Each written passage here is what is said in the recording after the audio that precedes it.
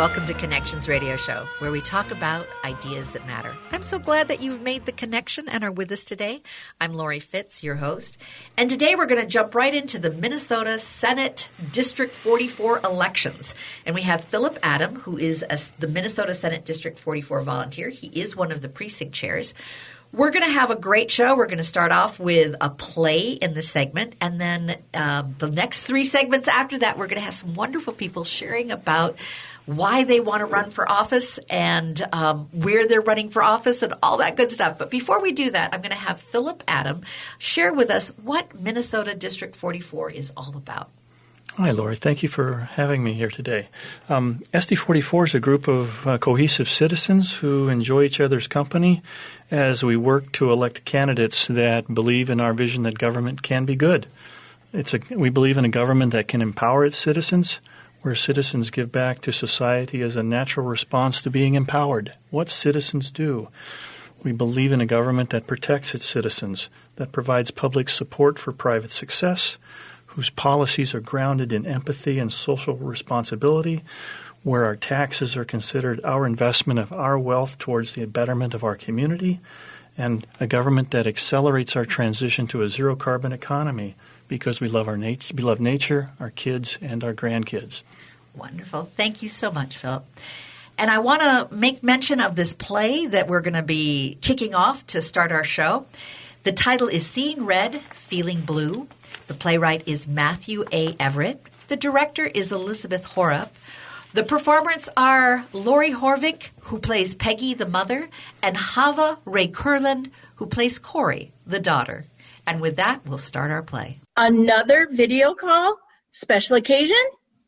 Why so surprised? We do FaceTime. Oh, not more than once a week. Not even a minute into the call before you should call me, Maura. You're not calling to cousin Betsy me, are you? She called you. Of course she called me. We're practically sisters. I didn't FaceTime cousin Betsy. Does her phone even do video? Well, not her landline, but... I called her cell. You really rattled her cage. I could tell she hadn't heard most of what I was saying before. They only watch Fox and occasionally CNN when Fox gets them too agitated. You know, Jean's heart is still a little iffy. They can only take so much. She was very worried about me before the call, apparently. Oh, and after the call, she is worried for all sorts of new reasons. She still thinks Minneapolis is on fire 4 months after the start of the protests. Well, Fox does show that video of the same 3 buildings burning on a loop when they're not showing Portland on fire or Kenosha. Meanwhile, most of California, Oregon, Washington are engulfed in actual current wildfires, and nobody bats an eye. That's because climate change is a hoax. I wish I could be sure you were kidding. Oh, please. You know I still believe in science. I'm not stupid. Okay, just checking. When you said there's no such thing as Antifa, you kind of blew her mind. I could tell. Also, it's short for anti-fascist. I would hope that we're all anti-fascist. Oh, yes, she repeated that one to me, too. Did you have to bring up Black Lives Matter? She was the one who brought it up. No, she said she didn't like feeling like she had to apologize for being white. And I reassured her that no one was asking her to do that. However, they might be asking her to help undo bad things done by other white people in the past. Oh, you couldn't let it lie. Well, she just kept blaming the protesters for burning buildings when the protests that no one plays on loop on TV are largely peaceful. And things only take a turn when men in uniform show up with tear gas, batons, rubber bullets, and military vehicles and start attacking people. The protesters just want police to stop killing Black people in the street. That seems like a perfectly reasonable request. If no one listened to me for asking something like that, I'd be angry too. Cousin Betsy really doesn't like burning buildings. You can rebuild a building. You can't rebuild a person.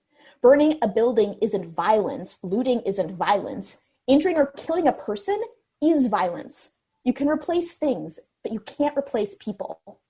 Oh, so you did call to Cousin Betsy me. No. I thought we were just discussing a lively phone call with a beloved relative. So why did you call me? You can't vote for the orange guy again. I didn't vote for the orange guy the first time. You wrote in Pence's name for president instead. That doesn't help. Well, why do they have the write-in line if you're not supposed to use it? It would be lovely if a discussion of our unwieldy two-party system was merely an academic exercise. Should we fix it? Yes. Would abolishing the Electoral College be a good start? Sure. Would ranked choice voting also be useful? Absolutely. Can we do that before the election this time? Nope. These are the two choices from the two major parties that we're stuck with. Under the 2-century-plus-old antiquated system we inherited, these are the two options that stand a chance of winning. Wishing it weren't so, or that we have the luxury to screw around with our vote, doesn't change our rather stark reality. And you're off to the races. So the simple fact of the matter is that if you write in a name or vote for a third-party candidate, you are handing a vote to the person you don't want to win, the orange guy. It's the Democrat or the Republican. One of them is going to win. If you don't want one of them to win, you have to vote for the other. Biden-Harris to get rid of Trump-Pence, and that applies to every race up and down the ballot. Is this how you lobby people for their vote when you do phone banking? No, I'm much nicer to strangers. Oh, well then pretend your mother is a stranger, please. Okay. What's important to you? What's important to me? Yeah. To live a decent, peaceful, happy life, what's important to you? This feels like a trick question. Nope. This is how I treat strangers. What would you like the government to do for you? What is the purpose of government? Okay, now we're off topic. No, we're voting for people to run the government. The government has a lot of influence over our lives and how we live. Voting is one of the ways we tell the government what we want it to do for us. After the election, it's phone calls, letters, emails, and yes, peaceful protests. So, what's important to you? That's a very big question.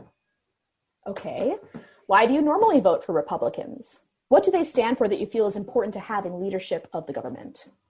No, now that really feels like a trick question. There are no wrong answers in this conversation. Oh, don't lie to your mother. I never lie to my mother. Oh, you lied to me about being gay the first time I asked you. I wasn't ready to come out yet, and we are getting off topic. Oh, I thought there were no wrong answers. Do you really want to talk about my sex life right now? Feel like it might be easier. Well, it'd be a short conversation. Nothing's happening right now. Well, if you weren't phone banking so much, you might have more time to date. No one can leave their homes right now. There's a pandemic going on. I'm aware of that, dear. I also know about phone sex. I take it back. There are wrong answers. Oh, God. This is a phone call. Do people do phone sex over video calls? You just put that together? But anyone could be watching. Anyone could be watching now. Anyone could be listening to a regular phone call. Hell, the one time I did it by text, that You can have phone sex by texting? you need to be a little ambidextrous, but yes, it's possible. Also, you can send pictures, so You didn't. send pictures of myself? No, I'm way too self-conscious. Oh, good. Though I can't say I minded when they sent me theirs. Corey. Mom. We're off topic. We were talking about Republicans. Gay Republicans? No. Because there are some, it's our dark, shameful secret that some of us are Republican. Stop clowning and talk to me about voting.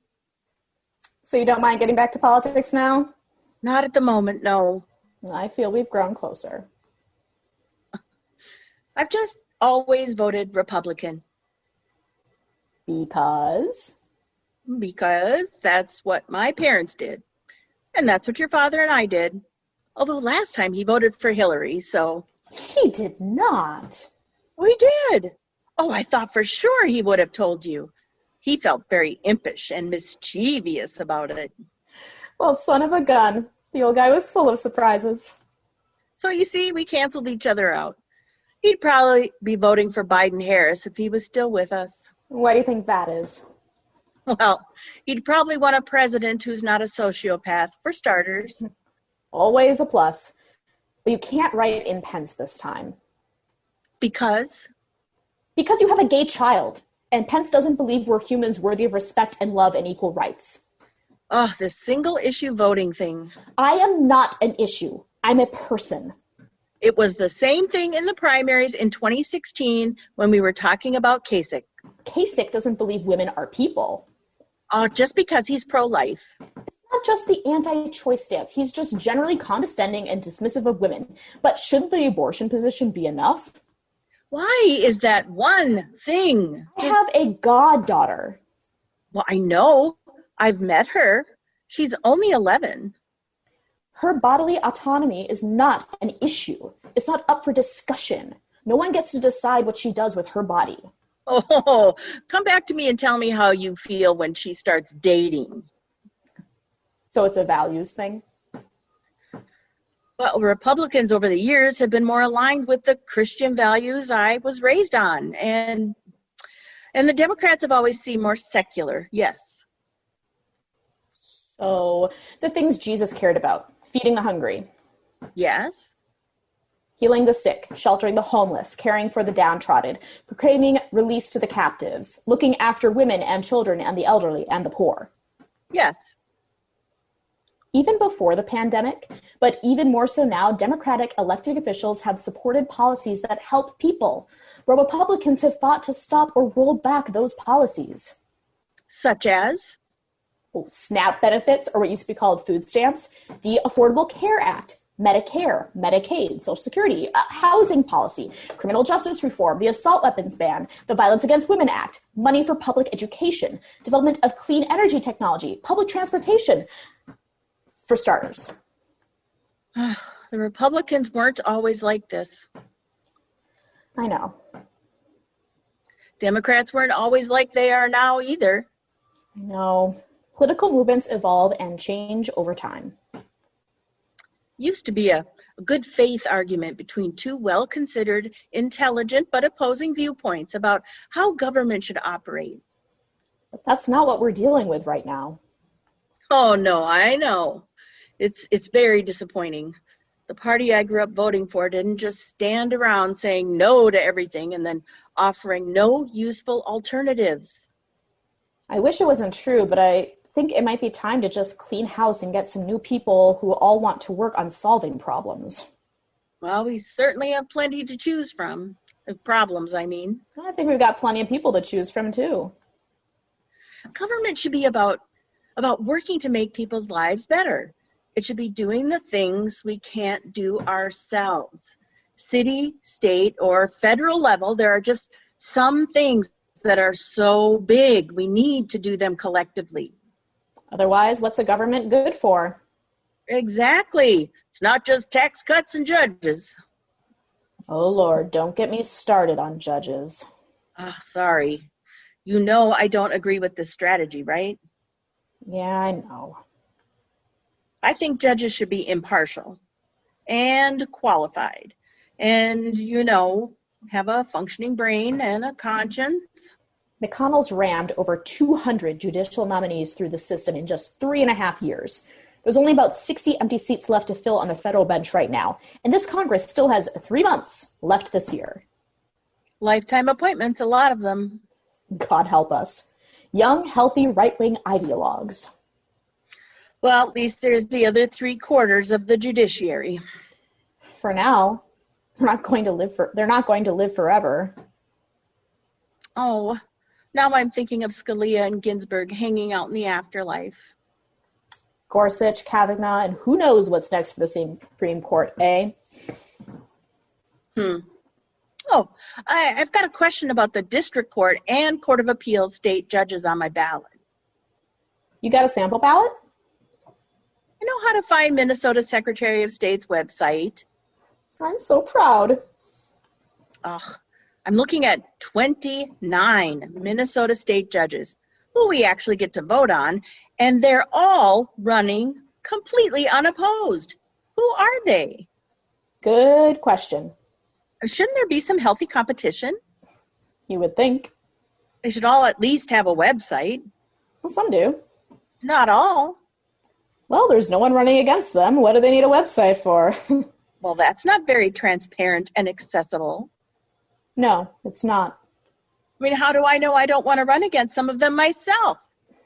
An issue for another election. I guess. There are blogs and other local news coverage of the court online, you know. Some people have a judicial fixation, so they're a good resource. And the state has to have some information posted somewhere. I guess it's time to do a little digging. Maybe that will be my new side project. Well, maybe I'll start a blog. That's how I found info on city council and school board candidates during the primaries. There's always someone working a specific news beat. You just have to go looking. I can send you some links. Do. Great. If all else fails. I know. Just type what I'm looking for into a search engine. And vet the results. Don't just take things at face value without checking. Who raised you?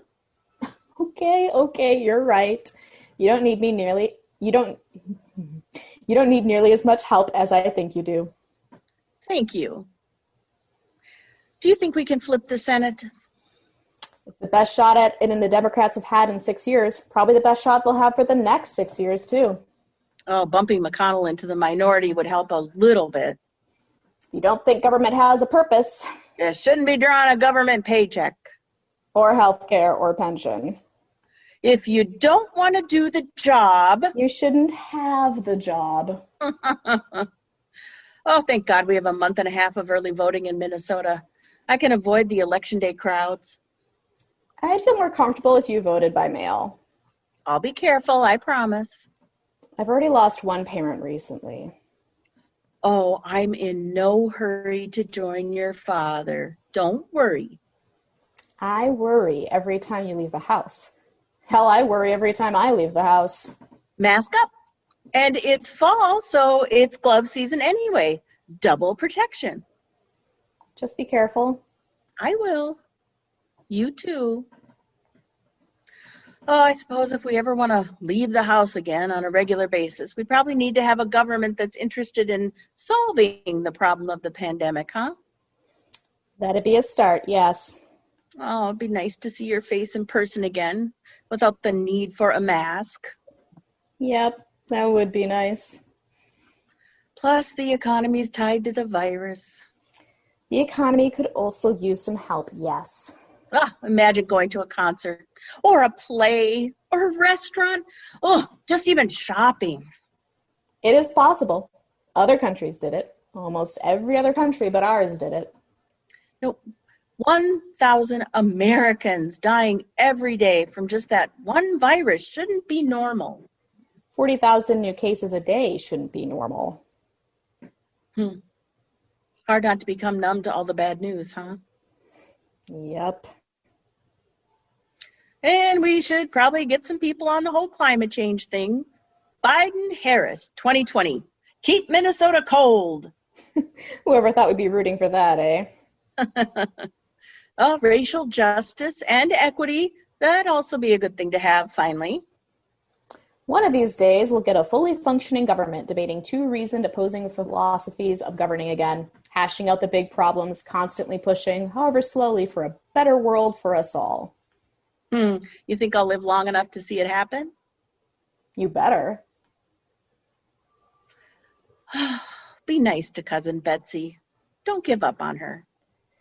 I won't. She was a teacher for years, you know. I know. Still got a functioning brain. She reads a lot. And she's got a good heart. Keep working on her. You might just get through to her. You think? Got through to me, didn't you? This is true. Now take a break.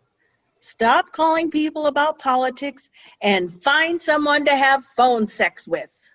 Mom! Love you. Bye. What a wonderful play. We're so appreciative of the artistic support for Minnesota SD44. And the next 3 segments will have Ann Johnson Stewart, who is running for Minnesota Senator from SD44. We've got Ginny Cleavorn, who will follow up, and she's running for state representative in Plymouth 44A. And we'll also have Patty Acom close our show, and she's running for Minnesota House SD 44B.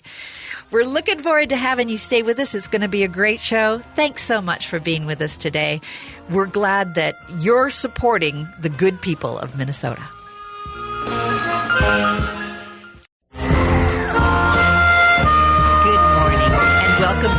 Connections radio show.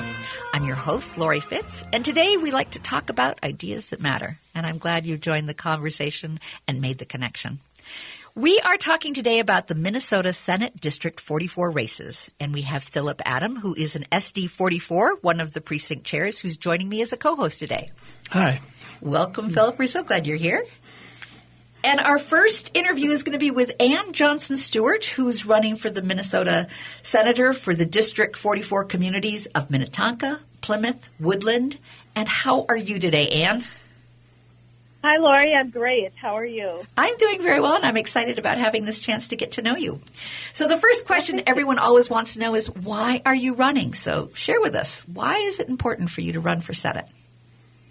Well, I'm plenty busy, but I think right now we really need people like me to stand up and speak out for things we care about. So I'm a civil engineer.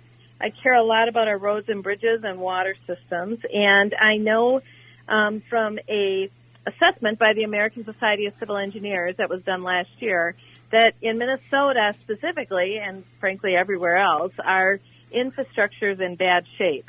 That made me start to wonder who is really advocating for our water and air and all that stuff at the Capitol, and I found out there's no civil engineers that are in either house. So I really started to think about it.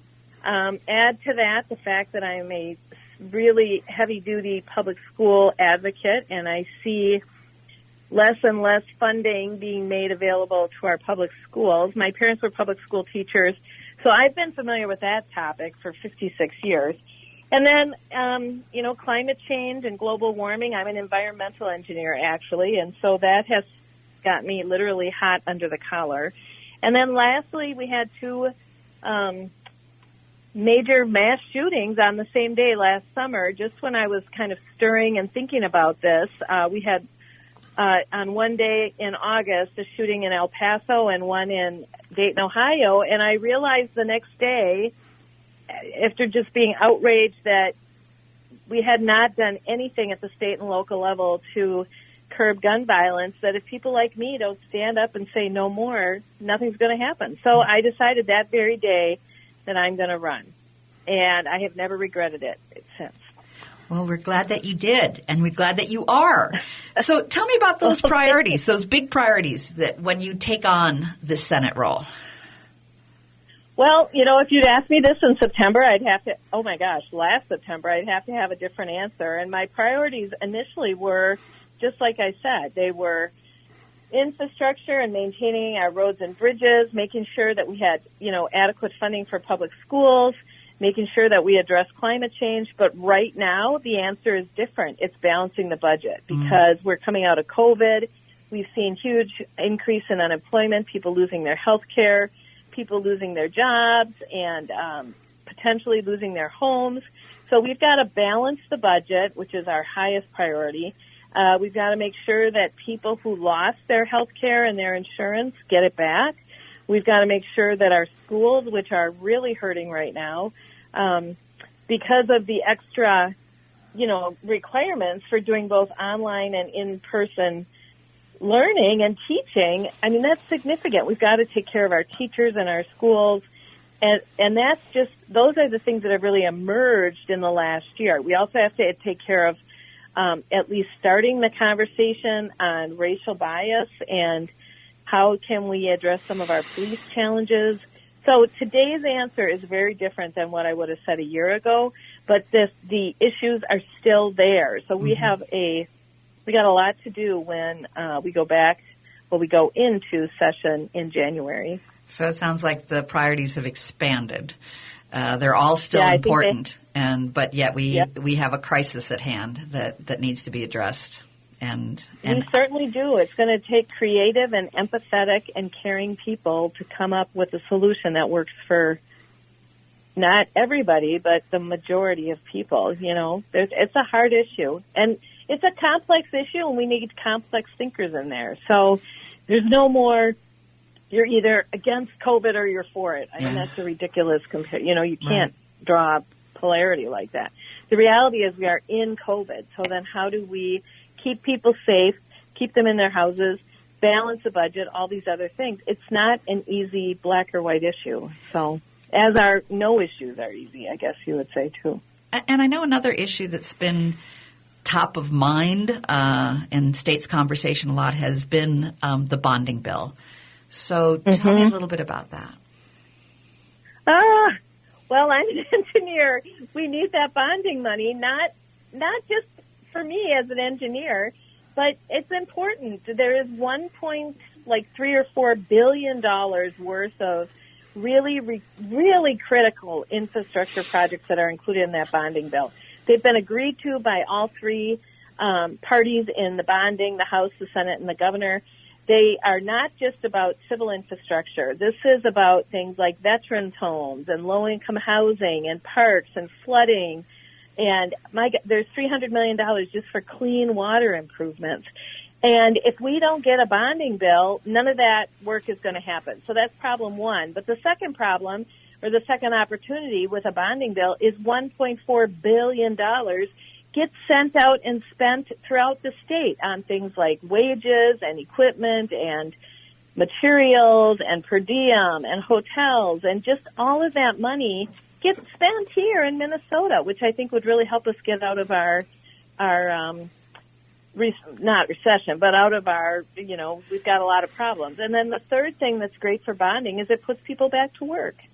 So, and construction jobs are good family supporting house buying jobs. So I am very passionate about a bonding bill, and I really think we need to pass one. We've lost our opportunity to get work done this year, but I really hope in the next few months we get a bonding bill, and if not, I will push hard for one when we get back to the legislature in January. Well, Ann, thank you so much for your time today. I have to say it was a delight to have such clear and straightforward and important information provided in such a lovely way. And we're going to wish you the very best with your election. We're going to keep our fingers crossed and get out the vote. I also want to throw out that DFL SD44 is a wonderful place. And if you would like to donate or support SD44, you can go to DFLSD44.org and consider supporting the good work that they're doing and the good people that they're supporting, like Ann. And again, thank you.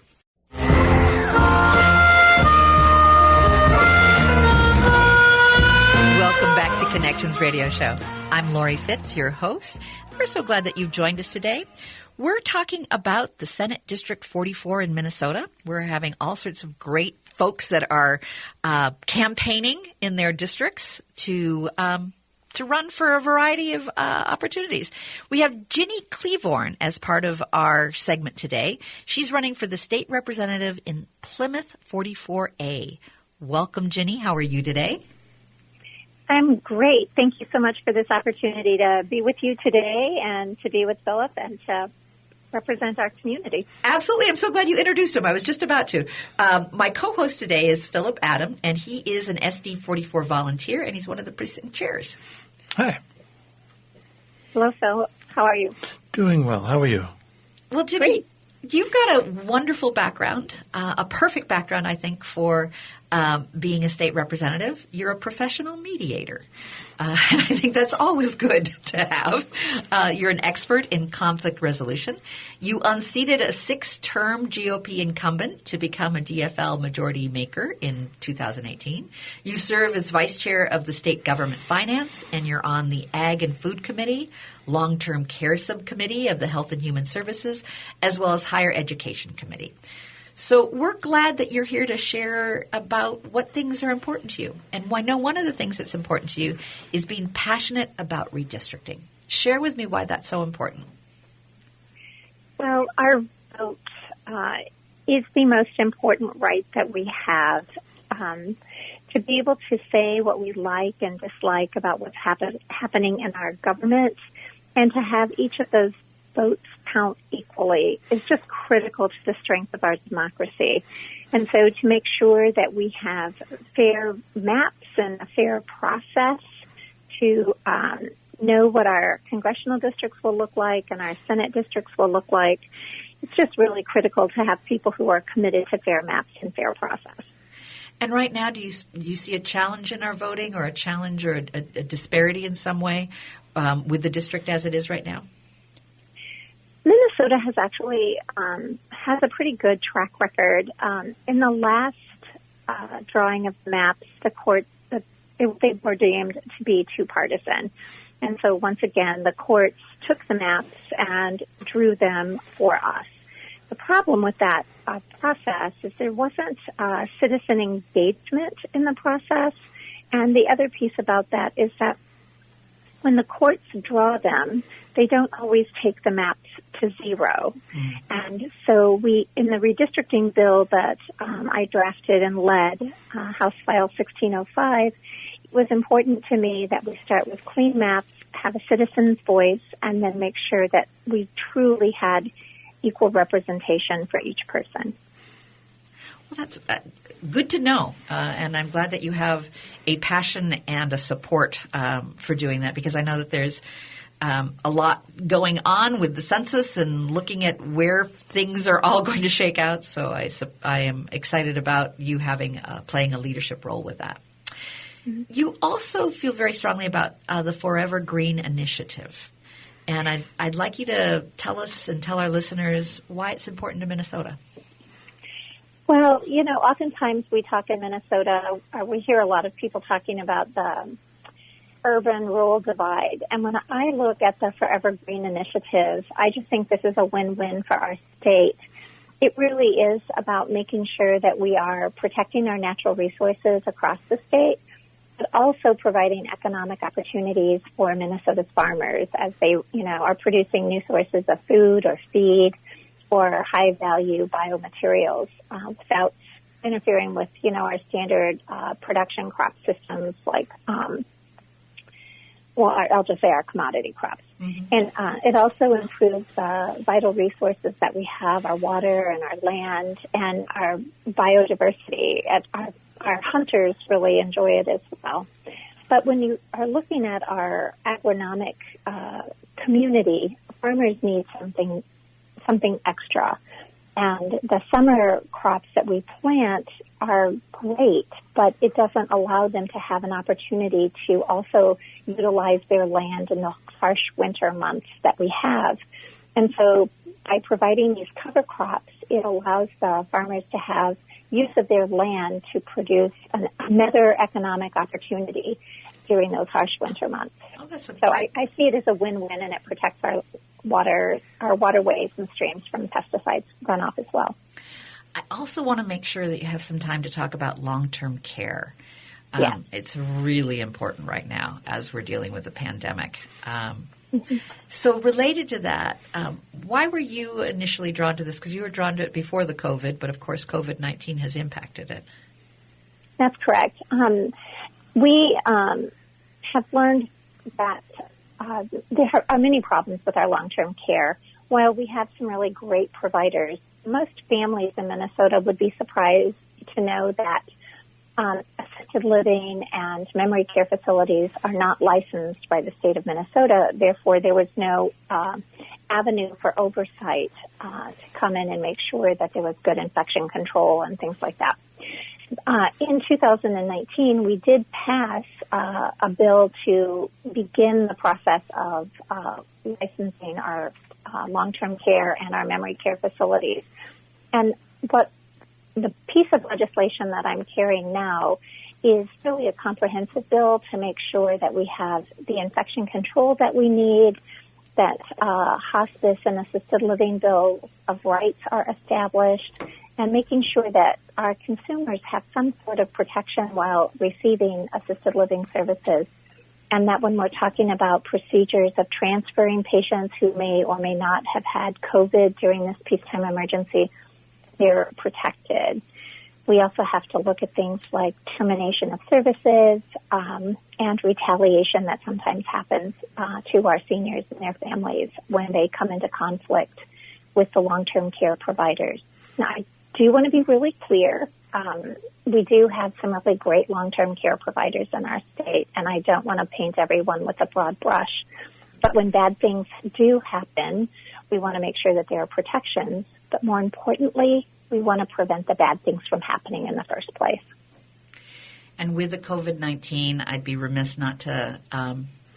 mention that I know that you want to say some good things to honor our president during this difficult time. Oh, absolutely. The president and the first lady are involved in public service. And with anyone involved in public service, we always wish them the very best. And we want to make sure that we wish him, their family, a speedy recovery. And COVID is something that affects so many of our families. And this is just a really important reminder to all of us to wear our masks, to social distance, wash our hands. And when possible, we need to stay home. But I do wish the president and the first lady a definite speedy recovery. And a recognition that, as we're talking, that long-term care has been the area that has gotten the most impact. And we need to keep working on ways to make sure we keep everyone, both the long-term care facility and the individuals that are there, safe and cared for. That is absolutely correct. And humans are social beings, so we do need to make sure that we make those phone calls, reach out to our neighbors safely, and then look for the good health of our state to return. Absolutely. Thank you so much for all of your good thoughts and educating us on issues that are important, and we so appreciate that you're taking a leadership role. Thank you very much for this opportunity, and it was good to be with you and Philip today. Absolutely. Take care. Bye now. Bye-bye.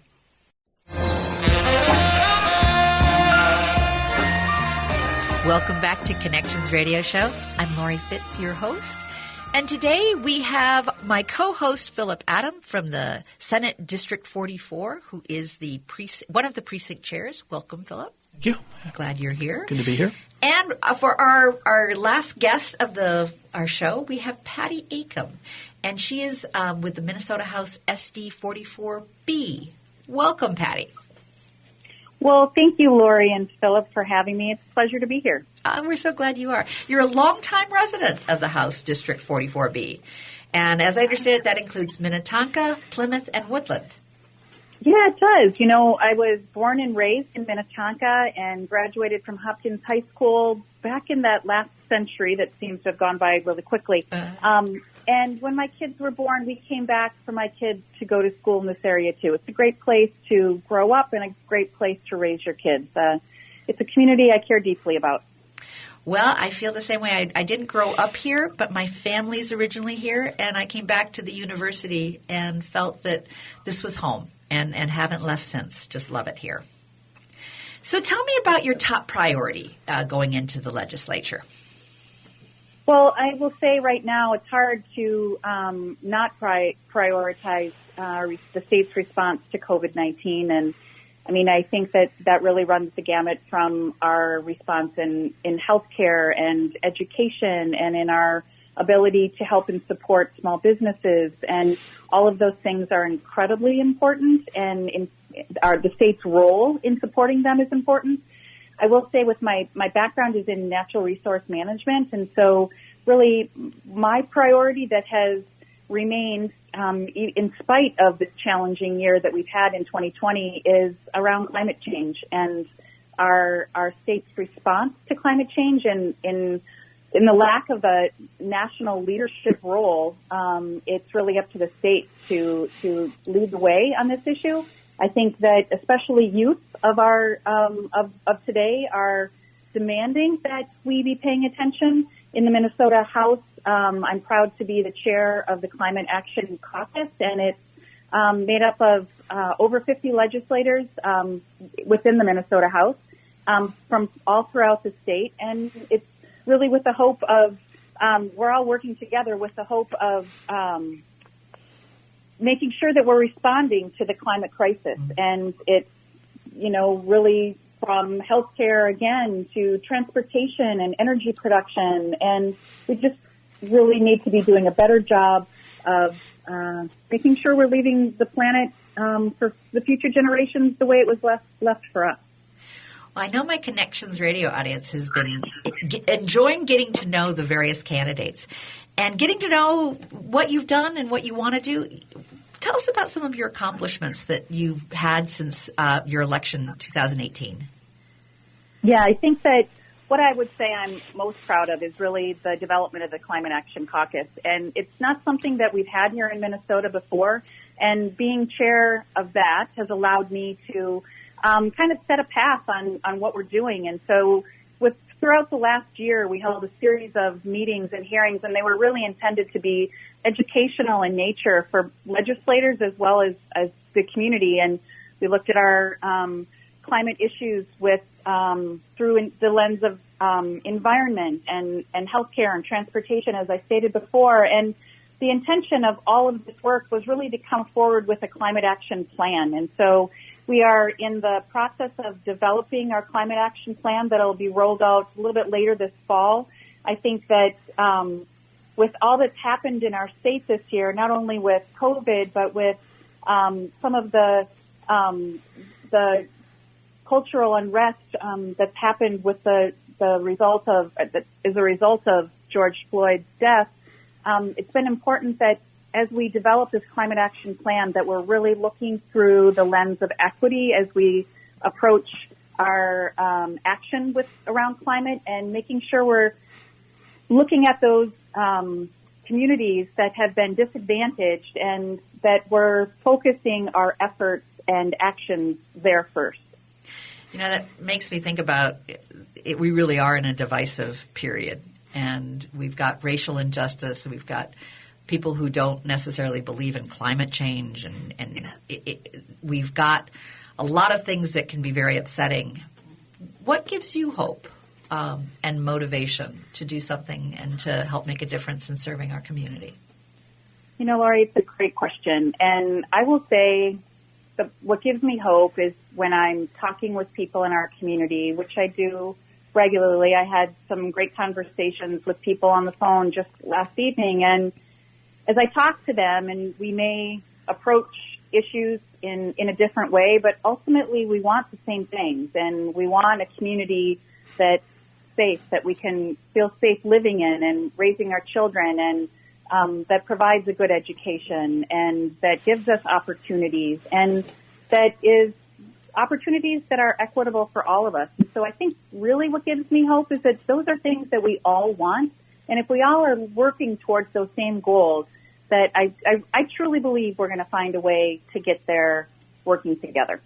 Patty, thank you so much for joining us today. We really appreciate having your insight and your time and getting to know you and your priorities. I also want to do a shout out to DFLSD44.org. It's a great website to go to. Support these wonderful candidates.